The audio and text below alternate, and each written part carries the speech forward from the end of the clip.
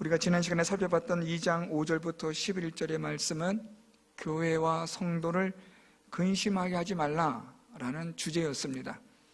교회와 성도를 근심하게 하는 자들은 벌을 받아야 하지만 용서를 또한 해주어야 한다. 그들이 회개하고 뉘우칠 때 용서하여 믿음의 길에서 다시 일어서서 함께 믿음 생활을 할 수 있도록 하라고 바울은 말합니다.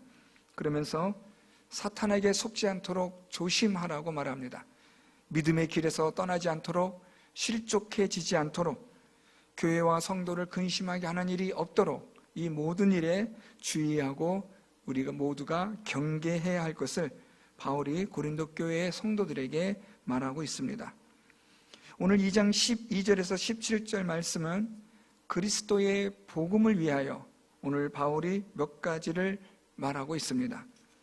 오늘 주제가 제목이 그리스도의 복음을 위하여라는 것인데 바울은 오늘 이 그리스도의 복음을 위하여 우리가 어떻게 해야 하는지, 또 그리스도의 복음으로 인하여 우리는 어떤 자가 되어야 하는지, 그러기 위해서는 또 어떤 방법으로 그리스도의 복음을 전해야 하는지, 이 세 가지를 오늘 바울이 말하고 있습니다. 우리가 함께 살펴보려고 합니다. 첫 번째로는 바울이 그리스도의 복음에 대하여, 복음을 위하여 그렇게 오늘 본문을 시작하고 있습니다. 12절에 내가 그리스도의 복음을 위하여 라고 말합니다. 그러면서 13절까지 바울이 그리스도의 복음을 위하여 갖는 바울의 마음을 표현하고 있습니다. 바울이 그리스도의 복음을 위하여 드로아에 가서 복음을 전하게 됩니다. 왜냐하면 드로아에서 성령께서 복음의 문을 열어주셨기 때문입니다. 그래서 바울은 이 드로아에서 복음을 전하면서도 계속해서 바울이 기다리고 있던 사람이 있었습니다. 그 사람은 다름 아니라 디도였습니다. 13절에 내가 내 형제 디도를 만나지 못함으로 라고 말하고 있는데요, 드로아에서 바울은 디도와 만나기로 약속을 합니다. 디도는 어디에 있는가? 그는 고린도 교회로 가서 바울의 편지를 전하여 주었고, 그 바울의 편지를 전하여 준 후 그 편지를 읽은 고린도 교회 성도들이 어떻게 하였는지에 대한 결과를 바울에게 와서 전하여 주기로 한 겁니다. 그 약속의 장소가 드로아였습니다. 그래서 바울은 드로아에 이르러 복음의 문이 열려졌고, 그래서 복음을 전하는 가운데도 바울은 계속해서 디도를 기다리고 있었는데 디도를 만나지를 못합니다. 그래서 오늘 바울이 이렇게 표현합니다. 13절 중반절에 보면 내 심령이 편하지 못하여 라고 말합니다. 이 편하지 못하다라는 말은 이 바울이 이 일로 인하여 마음이 조급해지고 다급해지고 발을 동동 굴렀다라는 그런 의미입니다. 바울은 고린도 교회가 바울이 전한 편지를 통해서 정상적으로 다시 교회가 새롭게 시작하기를 원하고 온전히 세워지는 그런 결과를 지금 기대하고 있는데, 그런 소식을 전하여 줄 디도가 아직 오지 않으니까 바울이 마음이 조급해진 겁니다. 마음이 불편해진 겁니다. 여러 가지 많은 생각들이 일어나기 시작한 겁니다. 그래서 더 이상 드로아에 있을 수 없어서 좀 더 고린도 교회에 가까운 마케도냐로 바울이 올라갑니다. 그런데 이 마케도냐에서 마침내 바울이 디도를 만나게 됩니다. 자, 그래서 이 12절과 13절의 바울의 이 마음, 내 심령이 편하지 못했다라는 이런 마음은 14절에서 완전히 달라집니다. 14절에서 바울이 이렇게 말합니다. 항상 우리를 그리스도 안에서 이기게 하시고 우리로 말미암아 각처에서 그리스도를 아는 냄새를 나타내시는 하나님께 감사하노라. 자, 여러분, 이 14절 말씀은 한마디로 말하면 하나님께 찬송과 영광과 감사를 돌려드립니다 라는 내용입니다. 12절과 13절에서는 바울의 마음이 불편했습니다. 걱정스러웠습니다. 염려가 됐습니다. 디도를 만나지 못했기 때문에 고린도 교회 사정이 어떻게 돌아가는지 알 길이 없으니까 바울이 많이 마음이 힘들었던 겁니다. 고린도 교회에 복음을 전하였고 복음으로 말미암아 고린도 교회가 믿음으로 굳건히 세워져 가다가 거짓 교사들의 미혹에 의해서, 선동질에 의해서 고린도 교회 성도들이 어려움을 겪게 된 겁니다. 그래서 바울은 급하게 편지를 써서 디도 편으로 고린도 교회를 보냈는데, 고린도 교회에 간 디도가 돌아오질 않게 되니까 바울의 마음이 아주 타는 겁니다. 그런 불편한 마음을 가지고 있던 바울이 마게도냐에서 이 디도를 만나게 됩니다.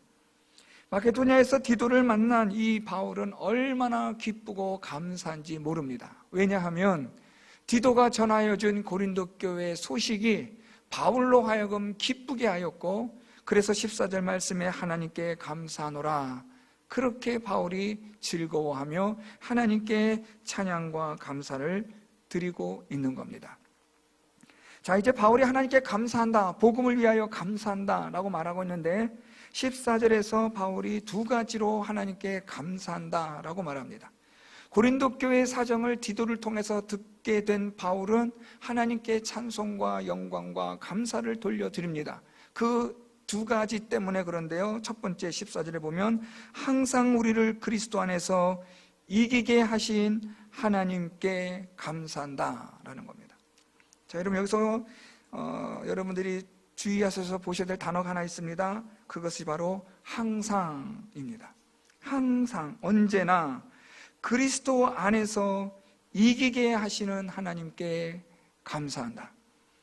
항상 복음을 전할 때마다, 바울이 복음의 씨앗을 뿌리고 하나님의 말씀을 전하고 가르칠 때마다 하나님께서 이 모든 일들을 그리스도 안에서 이기게 하셨다라는 겁니다. 그래서 그리스도 안에서 이기게 하다라는 말이 조금 미사구어구로 좀 멋있게 표현이 되어지고 있는데요, 사실 조금 더 정확하게 번역한다면 이 복음을 전함으로 인하여 항상 그리스도의 열매를, 복음의 열매를 맺게 하신 하나님께 감사한다라는 말입니다.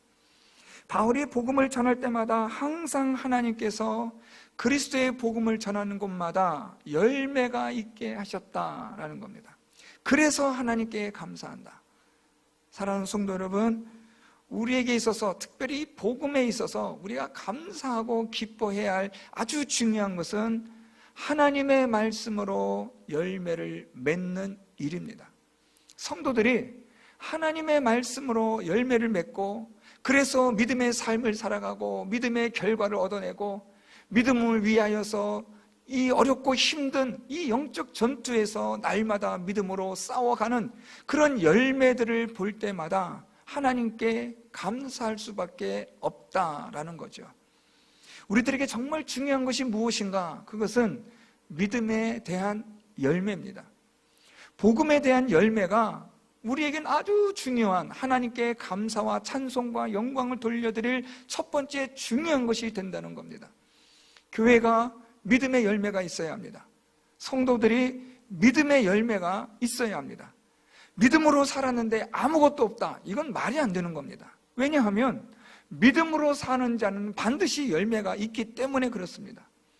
그래서 여러분, 우리가 예수 그리스도 안에서 예수 그리스도를 믿는 믿음으로 산다면 여기에는 반드시 열매가 있다. 오늘 바울의 말은 그겁니다. 그래서 항상 그리스도 안에서 열매를 맺게 하시는 하나님께 감사한다는 거죠. 우리 석계교회 공동체가, 또 여러분들의 믿음의 삶이 여러분의 가정에서 어디에서나 믿음으로 말미암아 열매를 맺는 그런 아름다운 믿음의 삶을 살아가는 여러분들이 되셔서 하나님께 감사와 찬송과 영광을 돌려드리는 여러분들이 되시고 우리 교회 공동체가 될 수 있기를 바랍니다. 오늘 바울은 이 고린도 교회 소식을 전해드리면서, 야, 하나님이 항상 이렇게 복음에 대한 열매를 맺게 하시는구나, 여기에 대한 바울은 하나님께 감사를 드리고 있는 겁니다.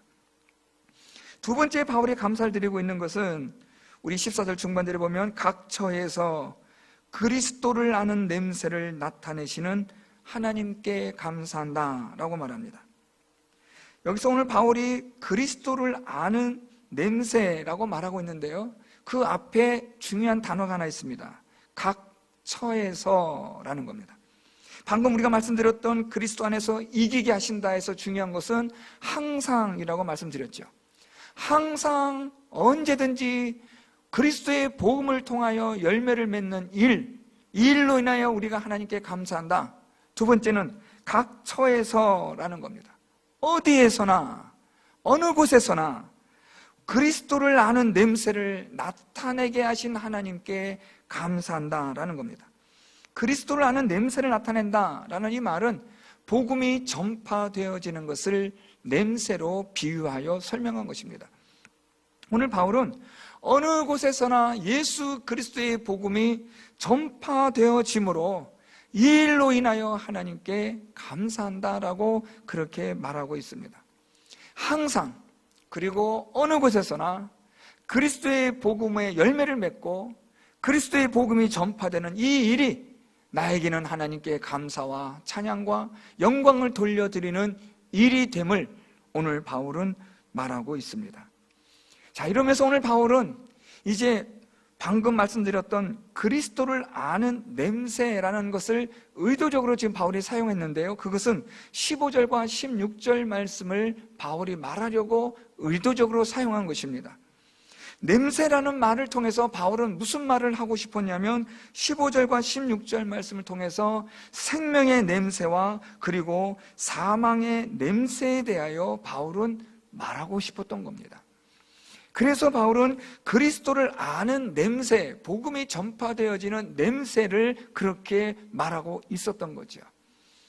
그리스도를 아는 냄새, 즉 복음이 전파되어지는 곳, 어느 곳에서나 그리스도의 복음이 전파되어져서 생명을 얻을 자들에게 생명을 주시는 하나님께 감사한다, 이 얘기입니다. 그러면서 바울이 15절과 16절에 이렇게 말합니다. 우리는 구원받는 자들에게나 망하는 자들에게나 하나님 앞에서 그리스도의 향기라. 자, 14절에서 지금 냄새라는 것을 사용했기 때문에 왜 바울이 갑작스럽게 냄새라는 우리의 후각에 관한 것을 이야기했을까? 그것은 바로 15절과 16절에서 바울이 말하고 싶었던 것이 있었기 때문입니다. 복음이 전파됩니다. 복음이 전파되어져서 복음을 받아들이는 사람들에게는 무슨 냄새가 나느냐? 그들에게는 생명의 냄새가 나는 자다. 반면에 복음을 받아들이지 않고 복음을 불신하는 자들에게는 무슨 냄새가 나느냐? 그들에게는 사망에 이르는 냄새가 난다. 지금 이걸 말하는 겁니다. 자, 그런데 하나님은 이 복음에 이르는 곳마다 사망에 이르게 되는 자는 사망에 이르게 하시지만 생명에 이르게 하는 자는 생명에 이르게 하는 그런 복음이 전파되게 하심으로 하나님께 나는 감사한다는 거죠. 자, 여러분, 여기서 우리가 조금 주의해서 보셔야 될 단어가 하나 있습니다. 하나님 앞에서 그리스도의 향기라라는 말입니다. 우리가 보통 향기라고 말하면 긍정적인 이미지가 떠오르지 않습니까? 그렇기 때문에 이 그리스도의 향기라는 이 향기라는 단어를 긍정적인 이미지로 생각해 버리면 사실 16절부터 좀 어려워집니다. 그렇죠? 이 사람에게는 사망으로부터 사망에 이르는 냄새요 라는 말입니다. 저 사람에게는 생명으로부터 생명에 이르는 냄새라. 생명에 이르는 냄새가 향기다. 이건 이해가 됩니다. 그렇죠? 자, 그런데 사망에 이르는 자에게도 향기다. 그것이 냄새다. 향기로 냄새다. 이건 좀 말이 좀 안 맞잖아요. 우리 이미지가 부딪히는 겁니다. 향기라는 좋은 긍정적인 이미지를 가지고 이 16절 말씀을 사망으로부터 사망에 이르는 냄새요, 다시 말하면 향기요 라고 하면 이게 잘 번역이 어려워진다는 거예요. 그러면 어디가 문제냐? 이 향기라는 단어가 좀 더 정확한 번역이 필요하다라는 거죠. 우리가 지금 바울이 우리는 구원받는 자들에게나 15절에 망하는 자들에게나 하나님 앞에서 그리스도의 향기다라고 말하고 있는데, 이 향기라는 이 헬라어는 좀 더 정확하게 번역하면 희생 제사를 통하여서 제물을 하나님께 제사를 드릴 때 잡아서 죽이지 않습니까? 그래서 이 제물이 하나님 앞에 잡아 죽여서 불로 태울 때 그때 타는 연기가 바로 향기라는 단어입니다. 그러니까 우리가 생각하는 향기를 좋은 어떤 향수 같은 그런 의미로 이 본문을 구절을 보시면 안 되고, 오늘 여기서 바울이 말하고 있는 하나님 앞에서 그리스도의 향기라는 말은 우리는 사람들에게, 구원받는 자들이나 망하는 자들에게나 우리는 하나님 앞에서 그리스도의 연기라, 그리스도의 타는 냄새라, 그리스도로 말미암아 나타나는 연기 냄새다라는 말입니다. 그래서 이 그리스도를 통하여서 두 가지 냄새가 있다는 거예요. 그렇죠? 두 가지 냄새가 있는데 첫 번째 냄새는 어떤 냄새인가요? 16절에 사망으로부터 사망에 이르는 냄새가 있어요.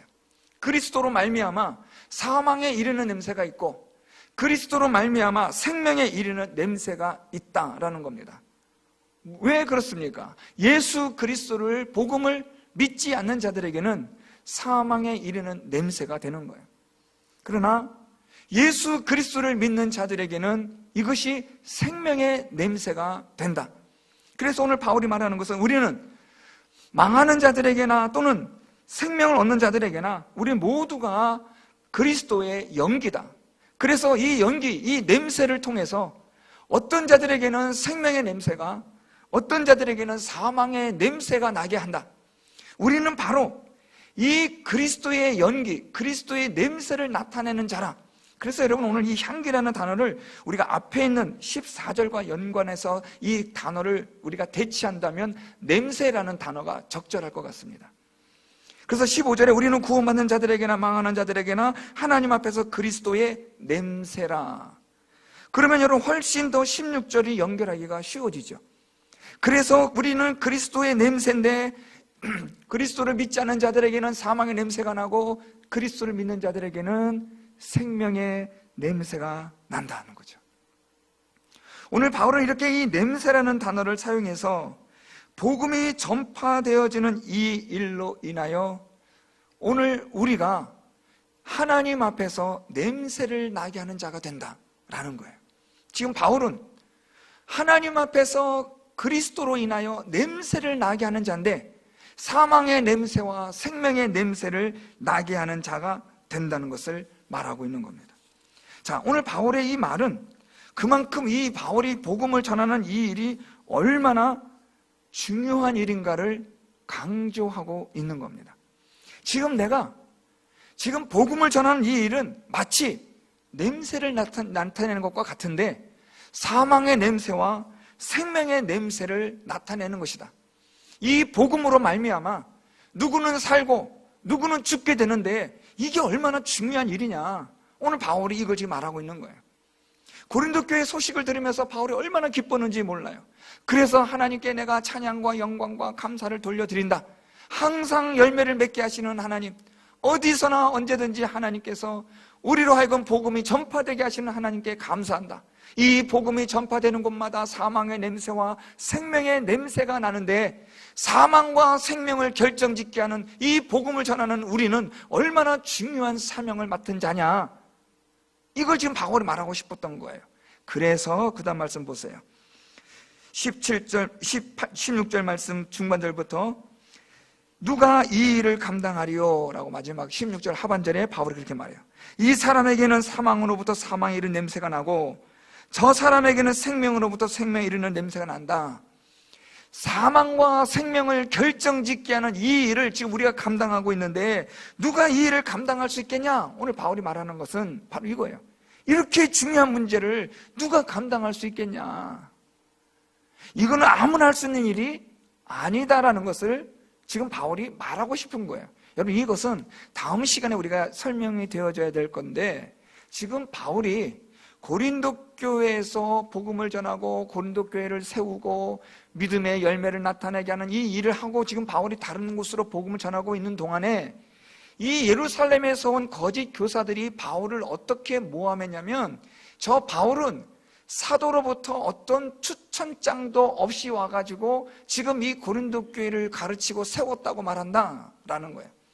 저 사람 지금 근본도 모르고 요즘 말로 말하면 어느 신학대학을 나왔는지도 모르고 교단도 어딘지도 모르는데 이 고린도 교회를 세웠다고 해가지고 자기가 이래라 저래라 한다 하고 지금 고린도 교회를 지금 선동하고 있는 거예요. 그래서 오늘 바울이 말하는 겁니다. 지금 우리는 하나님 앞에서 그리스도 안에서 우리는 그리스도의 복음을 전함으로 사망과 생명에 이르게 하는 아주 중요한 일을 감당하는 사람인데 이 일을 누가 감히 감당할 수 있겠냐? 하나님께서 주시지 않으면 누가 이 일을 감당할 수 있겠냐? 오늘 바울이 그걸 말하고 있는 거예요. 그래서 바울이 말하기를 다음 시간에 보면 나에게는 추천장 없다. 그래 너희들 말대로 난 추천장 없어. 나는 예루살렘 어떤 사도 야고보나 베드로나 누구한테 난 추천장 받지 않았다. 근데 내 추천장은 예수 그리스도시다. 지금 바울이 그걸 말하고 싶은 거예요. 예수 그리스도가 나의 추천장이다라고 바울이 말한 증거는 뭐냐? 봐라, 고린도 교회를 봐라. 고린도 교회 성도들을 봐라. 이 믿음의 열매를 봐라. 이것이 나의 추천장을 가지고 있는 증거다. 지금 바울의 논리가 그겁니다. 자, 이런 가운데서 오늘 바울이 누가 이 일을 감당하겠느냐라는 거예요. 사람이 살고 죽는 이 문제를, 영원히 살고 영원히 죽는 이 중요한 중차대한 이 문제를 누가 감당할 수 있겠냐, 오늘 바울이 말하는 거예요. 그러면서 바울이 이렇게 말해요. 17절에 우리는 수많은 사람들처럼 하나님의 말씀을 혼잡하게 하지 아니하고 곧 순전함으로 하나님께 받은 것 같이 하나님 앞에서와 그리스도 안에서 말하노라. 지금 바울은 지금 돌려서 지금 바울을 모함하는 자들을 책망하는 거예요. 무엇이라고 말하냐면 우리는 수많은 사람들, 즉 거짓 선생들처럼 하나님의 말씀을 혼잡하게 하는 자들이 아니다 라는 거예요. 이 사람이 살고 죽는 이 중요한 문제를 가지고 사람들을 혼잡하게 해서 되겠느냐라는 거죠. 고린도 교회가 지금 어떤 상태예요? 혼잡하게 됐어요. 고린도 교회 성도들이 지금 혼잡해졌어요. 지금 고린도 교회가 이 거짓 선생들로 인해서 고린도 교회 안에 지금 어려운 일이 막 생겼거든요. 꼭 이런 인간들이, 이런 사람들이 있어요. 교회를 어지럽히고 근심케 하는 자들이 꼭 있습니다. 바울 시대나 오늘 시대나 마찬가지예요. 이런 자들에 대하여 오늘 바울이 무엇을 말하냐면 교회를 혼잡하게 하는 많은 사람들이 있다는 거예요. 수많은 사람들이 있는데 그들이 교회를 혼잡하게 하는 거예요. 어떻게 해요? 하나님의 말씀으로. 아주 기가 막히죠.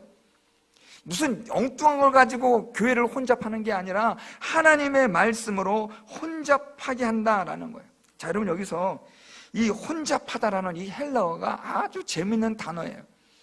이 혼잡하다라는 것은 여러분, 과일을 파는, 요즘은 뭐 그러면 안 되겠지만 예전에 과일을 파는 사람들이 과일을 팔 때 맨 위에다가는 좋은 걸 올려놓습니다.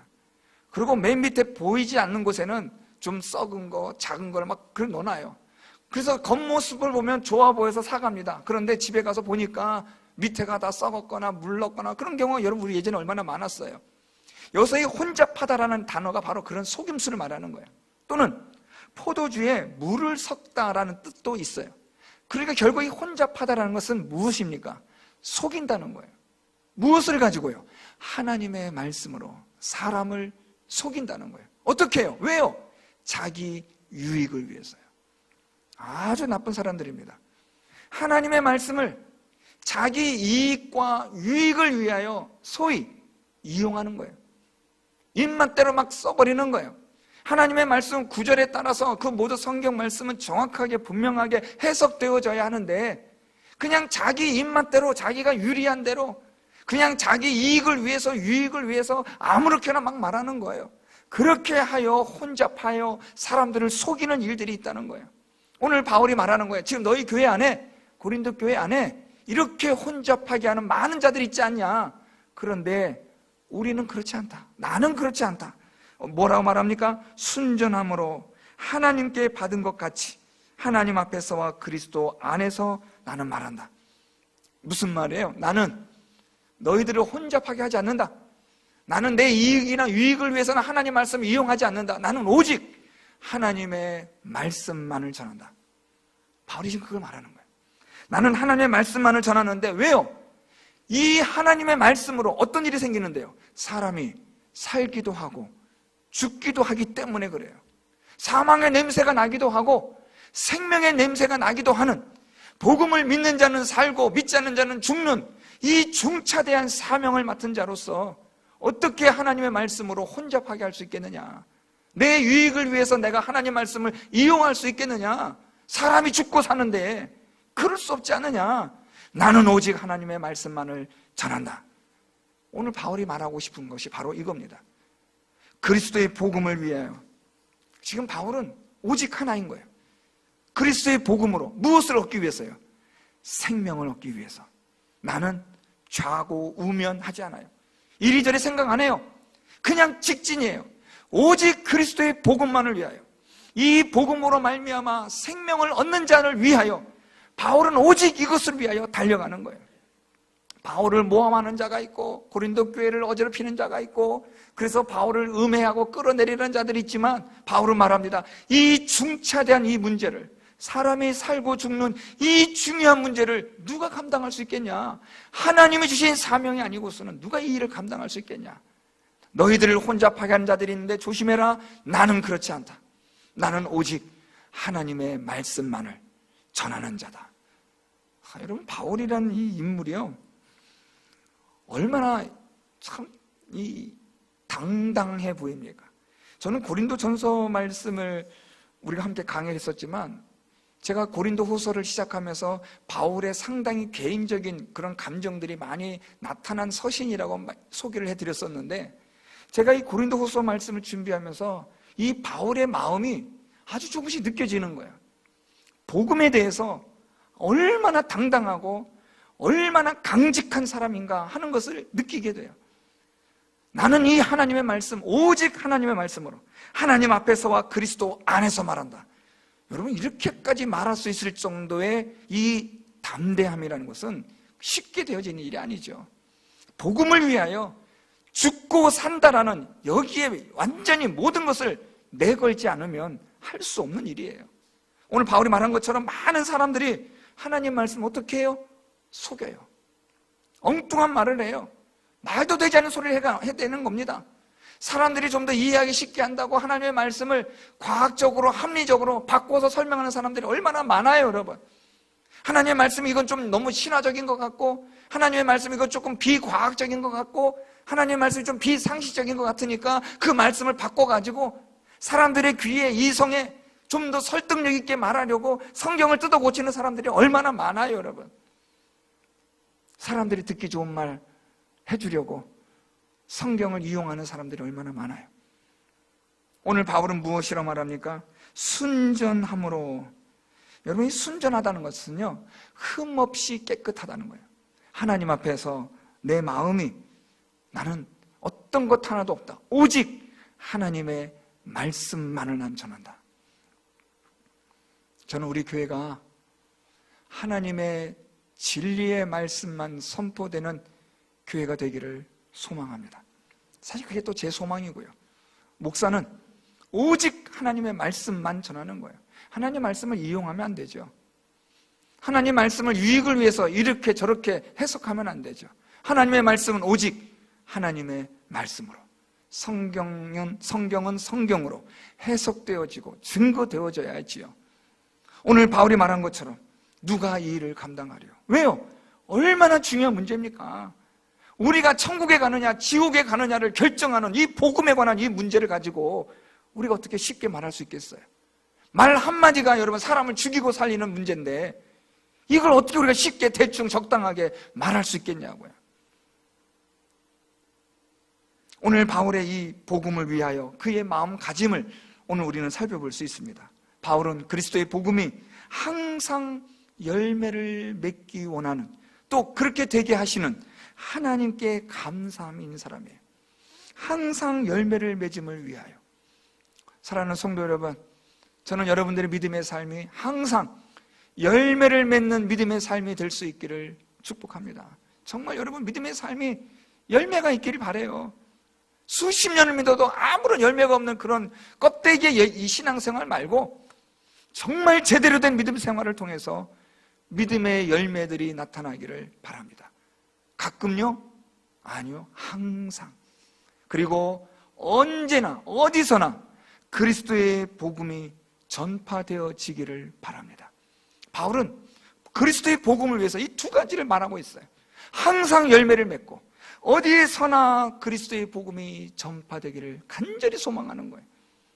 우리가 어느 곳에 있든지 나를 통해서 그리스도의 복음이 전파될 수 있도록, 그리스도가 알려질 수 있도록, 복음이 알려질 수 있도록 우리가 그렇게 힘을 쓴다면 우리의 삶은 아주 값진 인생으로 우리의 인생이 그렇게 마무리되는 줄 믿습니다. 그리스도의 복음을 우리가 이렇게 바르게 열매를 맺음을 위하여, 어디서나 전함을 위하여 우리가 이렇게 행할 때 이 복음을 듣는 자들이 생명의 냄새를 나타내는 거죠. 그리스도 예수를 믿음으로 그 안에 생명의 냄새가 있는 겁니다. 죽음에 이르는 사망의 냄새가 아니라 항상 믿음의 열매를 맺고 어디서나 복음을 전하는 자가 되어 생명의 냄새가 있는 사람, 우리 성도 여러분들에게 예수의 생명의 냄새가 늘 항상 있기를 축복합니다. 사망의 냄새가 나는 게 아니라 생명의 예수의 냄새가 나기를 바랍니다. 자, 그러면 어떻게 그렇게 될 수 있습니까?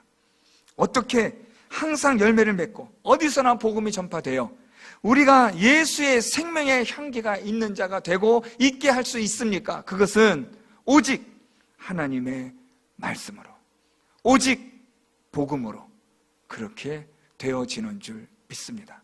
이 하나님의 말씀만이 우리로 하여금 항상 열매를 맺고 어디서나 복음이 전파되게 하여 예수의 생명의 냄새가 나게 하는 그런 하나님의 능력의 말씀임을 믿으시고 이 하나님 말씀 따라 충성하시고 이 하나님 말씀에 따라 순종하시고 오직 성경, 오직 하나님 말씀만을 위하여 여러분의 남은 생에 이 성경을 위하여, 복음을 위하여 저와 함께 살아가는 우리 모든 성도 여러분들 다 될 수 있기를 예수 그리스도의 이름으로 축원드립니다.